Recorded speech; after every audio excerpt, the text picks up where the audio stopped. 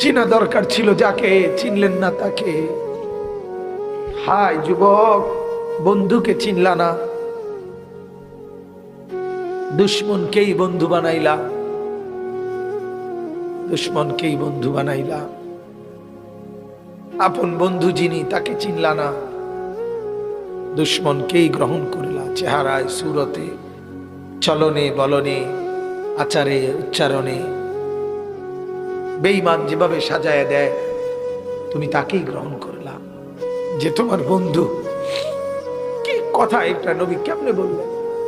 আরে আরো শুনেন মিয়া, হাদিসে আছে আল্লাহ তাআলা জিবরাইল ফেরেশতাদেরকে পাঠাবেন, আমার বন্ধুকে কবর থেকে প্রথম হাসরের ময়দানের জন্য তোলো। তখন জিবরাইল আলাইহিস সালাম, মিকাইল, ইসরাফিল, আজরাইল 4 ফেরেশতা মদিনার রওজায় নবীর কবরের সামনে আসবে।